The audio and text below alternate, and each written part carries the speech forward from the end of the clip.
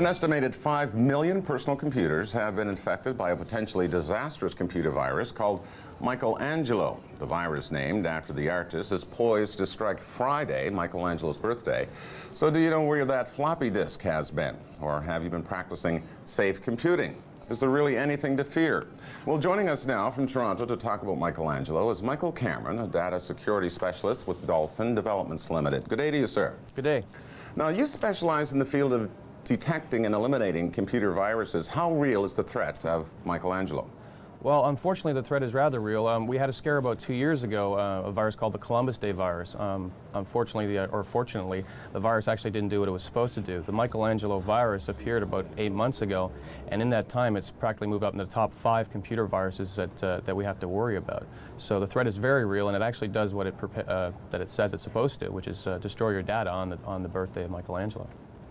There have been some false alarms in the past, though. For example, the Columbus Day virus, which never happened. So should we really believe Michelangelo will strike? Well, unfortunately, I had a few people phone me up who thought maybe this was a false alarm, too, as well. And they said, well, I set my date to March 6th to see what would happen, and unfortunately, they lost their data. Most of them were smart enough to back their data up, but it actually did format them, and at that point, there's not much we can do for them. We have a more proactive than reactive response. All right. Mr. Cameron, how old is Michelangelo, and where was the virus developed? Well, we believe it came from Sweden or the Netherlands, generally in that area.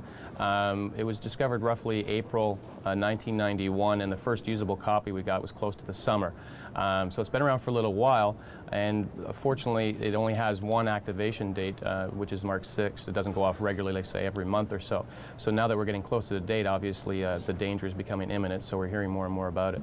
Now, do we know who developed this virus? No, we don't know who. We can probably guess the type of people. We know others who have written other viruses, and generally they're young hackers or people who used to be pirates, and they're just out there flexing sort of their intellectual muscle. What you really got here is basically somebody putting a note in a bottle and seeing how far it will go.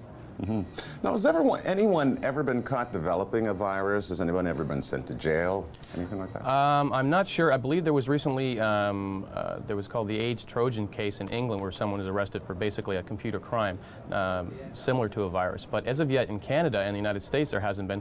Unfortunately, the laws are always far behind technology. We actually know of some of the people who have written some computer viruses, but unless you can actually prove that that person wrote that virus to hurt this company, it's very difficult because you really need to prove sort of a victim in damage, and you have to show intent. So at this point, no. We're working towards that, and we've been talking to the RCMP about it, we've been talking to the FBI, and right now we're trying to get in and talk to the government about it. Now, how is this virus spread from computer to computer? Well, this particular virus is what's called a boot sector infector, which means it works in the control area of a floppy disk. If you insert that into your computer and try and start your computer up with it, at that point it jumps into memory and takes over, say, your hard drive or your host PC. And from then on, once it's resident in your main computer memory and on the hard drive of the computer, it will infect every other floppy that's put into the system. Okay, I was wondering now, what is your advice to people who are afraid of the spread of this virus, of getting inside their computer? Well, what do you say to them? Well, the same advice I would give for any computer virus. The safest thing you can possibly do with your PC is back it up.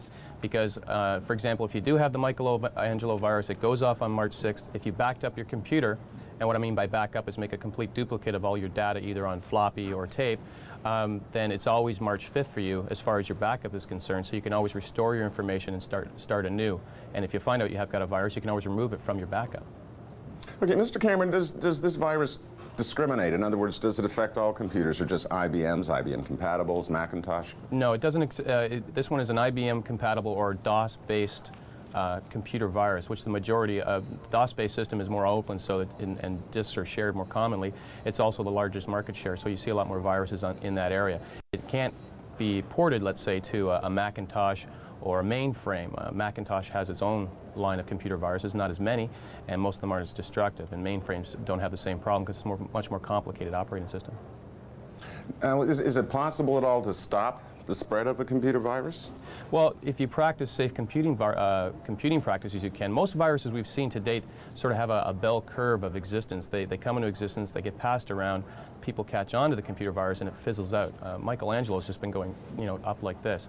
But if you get yourself some antivirus software, which we highly recommend, you can monitor your system for changes or monitor for known computer viruses, and the system will alert you, and that's what we call a proactive approach, because you don't want to find out you've got a virus after, say, it's already destroyed your data. And it's a very simple thing to do, and it doesn't take very long. You just sort of scan your system on a regular basis. More and more we're seeing with the companies that have taken a very proactive approach and educated their employees.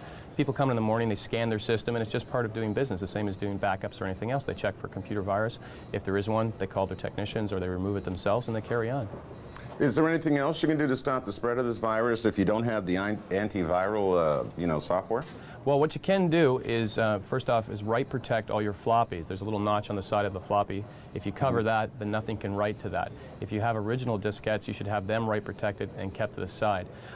You can change the date, if you're worried about March 6th, change it to the 7th, but that's just a Band-Aid solution because also the Friday the 13th is coming up. There's another virus coming on March 15th, so that would only be a Band-Aid solution, but it will get you through this period.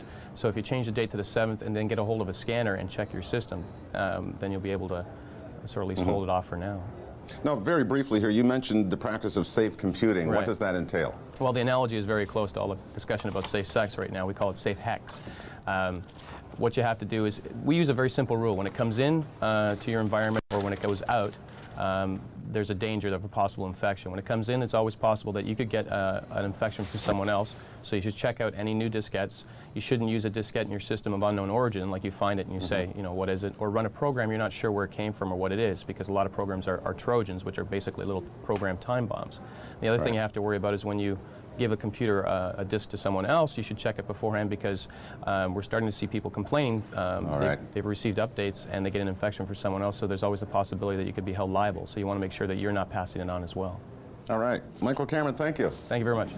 Michael Cameron is a data security specialist with Dolphin Developments Limited in Oakville, Ontario. He joined us from our studios in Toronto.